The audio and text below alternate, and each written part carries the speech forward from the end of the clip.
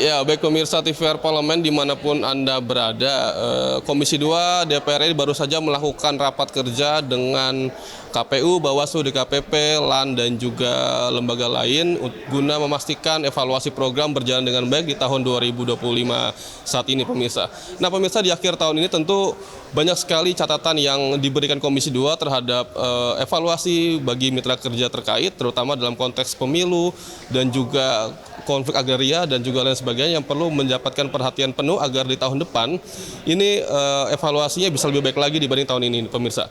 Nah, lantas kemudian seperti apa kemudian evaluasi di Komisi 2 terhadap mitra kerjanya? Saat ini kami sudah bersama dengan anggota Komisi 2 DPR, Bapak Taufan Pawe dari fraksi Partai Golkar.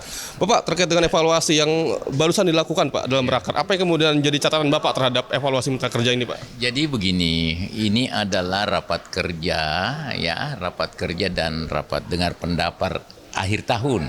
Ada beberapa mitra kami tadi, diantaranya adalah penyelenggara pemilu, termasuk juga Kementerian ATR BPN. Nah, kalau saya melihat bahwa progres kinerja mereka, apalagi secara khusus Kementerian ATR BPN, itu capaiannya sudah 98%. Bahkan beliau sangat berkeyakinan bahwa akan mencapai 100%. Nah, Kementerian ATR BPN memang sekarang ini bisa saya katakan menjadi sorotan dengan berbagai macam permasalahan yang ada. Tapi saya berkeyakinan di bawah kepemimpinan Kementerian ATR BPN Pak Nusron Wahid, dia akan mampu menjaga marwah institusi Kementerian ATR BPN. Itu di Kementerian ATR BPN. Nah, sekarang kalau di penyelenggara, ya baik KPU maupun Bawaslu, tadi kita mendengarkan progres pemaparan kinerja mereka ya cukup memuaskan. Namun banyak catatan-catatan. Catatan-catatan yang saya maksudkan di sini adalah bagaimana di era tahun 2026 nanti ini pihak penyelenggara mempersiapkan diri untuk menyongsong paradigma kepemiluan ke depan. Tentu kita memahami sekali bahwa penyelenggaraan pemilu dan pemilihan 2024 terlalu banyak permasalahan yang muncul.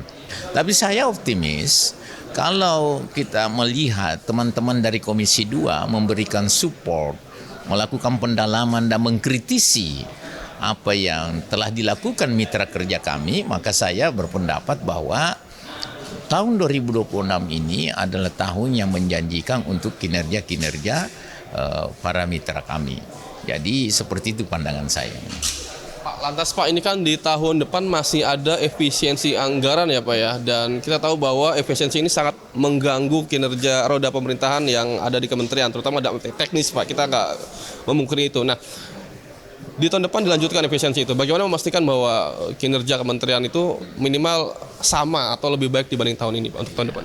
Jadi kalau kita berbicara efisiensi, memang seperti itu faktanya, tetapi menurut saya kementerian dan lembaga ini bukan menjadikan alasan itu untuk tidak bekerja secara optimal tahun 2026. Dan ada beberapa kementerian dan lembaga dibuka ruang, dibuka kerang anggarannya sehingga bisa berimprovisasi. Yang jelas saya yakin Bapak Presiden Prabowo di sini pasti bisa melihat permasalahan secara komprehensif karena tujuan akhirnya adalah bagaimana masyarakat sejahtera. Pak Prabowo tidak ingin ada pemborosan-pemborosan di tingkat kelembagaan dan kementerian. Efisiensi itu harus dimaknai bahwa terjadi efisiensi tapi sistem kinerja program tetap jalan. Nah, tinggal bagaimana fungsi-fungsi manajerial dalam menjalankan program dan kegiatan yang ada.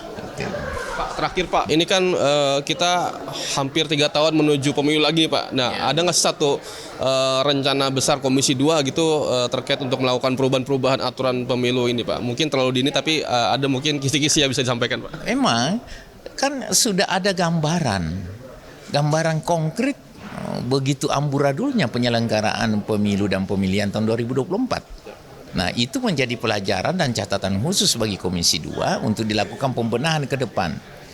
Bagaimana sistem kepemiluan kita betul-betul demokratis dan bisa memperlihatkan kinerja-kinerja yang maksimal dari penyelenggara, terutama dalam hal rekrutmen nantinya, baik KPU, Bawaslu, DKPP harus dioptimalkan.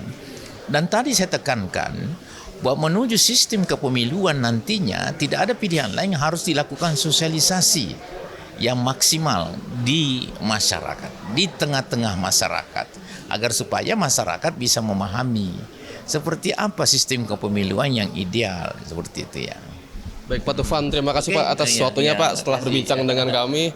Dan tentu pemirsa TV Parlemen, kami semua berharap pastinya nanti seluruh mitra kerja Komisi 2 akan terus bisa mempertahankan prestasi kerja di tahun ini, dan diharapkan nanti di tahun depan efisiensi yang terjadi tidak mengganggu gitu Pak ya, dan bisa memberikan satu pelayanan terbaik, terutama dalam konteks pemilu. Tadi disampaikan bahwa Komisi 2 akan terus melakukan evaluasi, monitoring agar ke depan pemilu kita terutama dari segi regulasi undang-undang bisa lebih baik di tahun 2029 tentunya, dan kita berharap akan ada perubahan besar dari hasil pemilu dan diharapkan melahirkan pemimpin baru yang lebih berkualitas nantinya pemirsa.